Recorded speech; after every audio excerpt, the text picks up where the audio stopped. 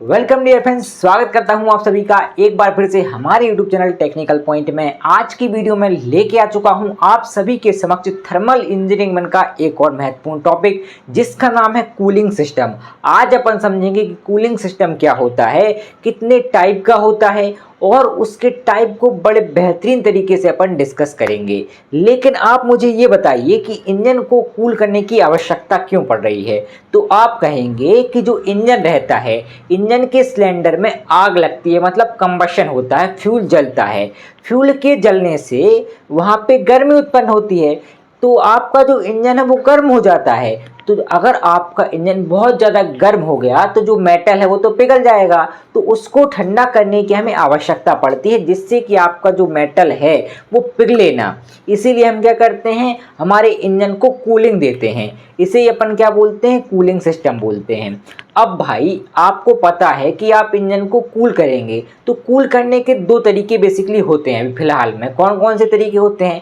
पहला होता है एयर कूल्ड सिस्टम, दूसरा होता है वाटर कूल्ड सिस्टम। तो चलिए बढ़ते हैं बोर्ड की तरफ और समझते हैं कि एयर कूलिंग सिस्टम और वाटर कूलिंग सिस्टम क्या होता है। तो सबसे पहले अपन पढ़ेंगे कि जो आपका कूलिंग सिस्टम है इसकी ज़रूरत क्यों पड़ती है आईसी इंजन में, मतलब इंटरनल कंबशन इंजन में। तो देखिए, सिलेंडर में फ्यूल का दहन होता है। क्या होता है? फ्यूल का दहन होता है, जिसके कारण सिलेंडर गर्म हो जाता है।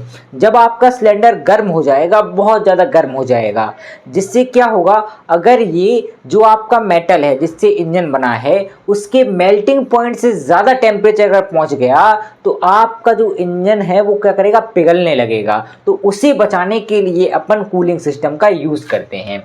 तो जिसे ठंडा करने के लिए कूलिंग सिस्टम का उपयोग किया जाता है। और भाई जो आपका इंजन है इसको कूल करने के दो तरीके होते हैं। कौन कौन से तरीके होते हैं? पहला तरीका होता है एयर कूलिंग सिस्टम और दूसरा होता है वाटर कूलिंग सिस्टम। या तो अपन एयर मतलब हवा के माध्यम से इंजन को ठंडा करेंगे, या फिर वाटर के माध्यम से इंजन को ठंडा करेंगे। वाटर मतलब पानी, पानी के माध्यम से क्या करेंगे, इंजन को ठंडा करेंगे। अब भाई आप सोचिए और समझिए कि एयर और वाटर में अंतर क्या होगा। तो अंतर यही है मेरे भाई कि इसमें अपन एयर का यूज़ करेंगे और इसमें अपन वाटर का यूज़ करेंगे। आई होप कि इतना आपको क्लियर हो गया होगा। चलिए बढ़ते हैं आगे और समझते हैं एयर कूलिंग सिस्टम को कि एयर कूलिंग सिस्टम क्या होता है। चले एक काम कर, 200 रुपए दे और 50 रुपए काट ओवर एक्टिंग के वजह। चलिए दोस्तों बढ़ते हैं आगे और समझते हैं एयर कूलिंग सिस्टम के बारे में। तो एयर कूलिंग सिस्टम में हम क्या करते हैं, जो इंजन होता है इसकी बाहरी सरफेस पर लाइनें खींच देते हैं, मेटल की लाइंस बना देते हैं। ठीक है, मेटल की लाइन कैसे बनती हैं? मेटल की लाइन अपन कुछ इस प्रकार बनाते हैं कि जो मेटल रहता है उसको चिपका देते हैं लाइन के रूप में। कहाँ पे? इंजन सिलेंडर की बाहरी सतह पे। जिससे क्या होता है, जो इंजन सिलेंडर की बाहरी सतह रहती है उसका एरिया बढ़ जाता है, जिससे जो एटमॉस्फेयर की एयर रहेगी उसका कांटेक्ट ज़्यादा से ज़्यादा हो सकता है। किससे? इंजन से।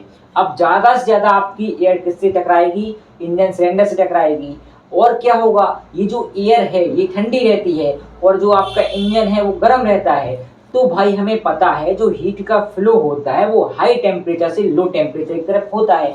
तो जो ठंडी एयर है ये क्या करेगी भाई, हीट को एब्जॉर्ब कर लेगी इंजन से और कहाँ चली जाएगी मेरे भाई, बाहर चली जाएगी। बाहर मतलब वहीं टकरा के वापस लौट जाएगी और फिर नई एयर आएगी, फिर वो टकराएगी, फिर गर्म होकर बाहर लौट जाएगी, मतलब पीछे जाएगी, फिर एयर जाएगी, फिर टकराएगी। इस तरह क्या करेगी, बार बार हीट को एब्जॉर्ब करती रहेगी, जिससे कि आपका इंजन ठंडा होता रहेगा। चलिए देखते हैं किस तरह हम इसका कंस्ट्रक्शन कर सकते हैं। तो सबसे पहले हम समझेंगे कि एयर कूलिंग सिस्टम होता क्या है, इसकी डेफिनेशन क्या होती है। तो एयर कूलिंग सिस्टम इंजन की सतह से गर्मी कम करने के लिए एयर का उपयोग करता है।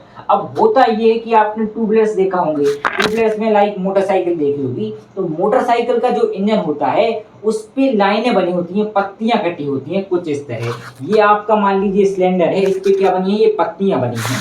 ये पत्तियां क्या करती हैं, ये पत्तियां इस सिलेंडर का जो बाहरी एरिया होता है, सरफेस का एरिया होता है, उसको बढ़ा देती हैं, एरिया को बढ़ा देती हैं, जिससे इसके कांटेक्ट में ज़्यादा से ज़्यादा एयर आती है। जो एयर आती है यहाँ पे वो बहुत ज़्यादा मात्रा में आती है, क्योंकि एरिया यहाँ पे बढ़ चुका है। जब आपकी ठंडी एयर इससे टकराएगी तो क्या करेगी, हीट को एब्जॉर्ब कर लेगी। जब हीट को एब्जॉर्ब करेगी तो एब्जॉर्ब करने के बाद वापस लौट जाएगी, उसके बाद फिर नई एयर आएगी, फिर टकराएगी, फिर वापस लौट जाएगी हीट को एब्जॉर्ब करके, जिससे आपका जो इंजन है वो ठंडा होता रहेगा।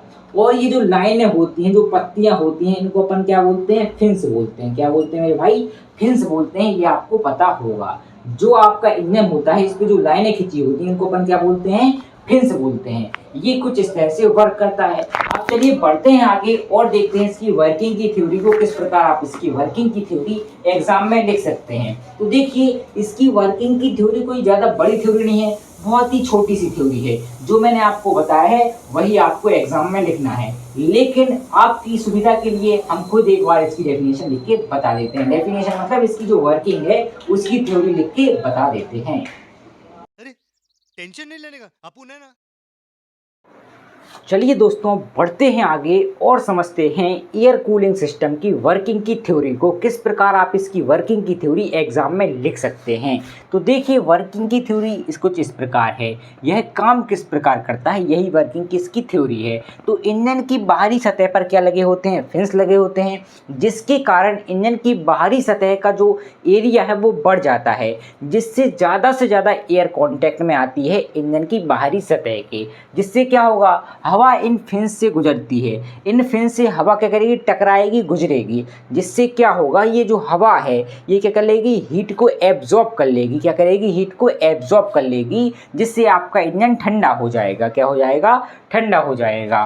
तो इसका उपयोग अपन कहाँ करते हैं, जो आपका एयर कूलिंग सिस्टम है इसका यूज़ कहाँ पे करते हैं, तो इसका यूज़ अपन 2 व्हीलर और 3 व्हीलर में कर सकते हैं। अब देखो, 2 व्हीलर और 3 व्हीलर में इसका यूज़ अपन क्यों कर रहे हैं, क्योंकि ये छोटे वाहन हैं। यहाँ पे भाई एयर से काम चल सकता है, जो एयर है ये ठंडा कर सकती है। आई होप कि आपको ये समझ में आ गया होगा। 2 व्हीलर में आपकी मोटरसाइकिल, स्कूटर आती है, और 3 व्हीलर में क्या जाएगी, आपकी रिक्शा आ जाएगी, ऑटो रिक्शा। आई होप कि आपको ये समझ में आ गया होगा।